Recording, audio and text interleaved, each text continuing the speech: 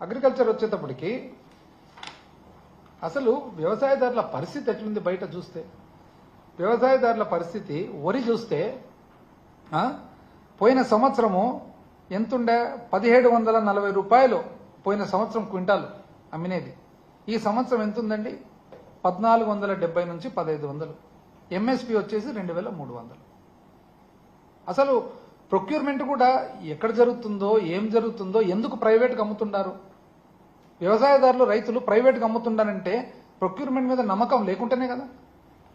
అసలు మిర్చి చూడండి, క్వింటాల్ వచ్చేసి పోయిన సంవత్సరము 21,000 నుంచి 27,000 అమ్మితే ఈ సంవత్సరము 8,000 నుంచి 11,000, సగం కూడా లేదు.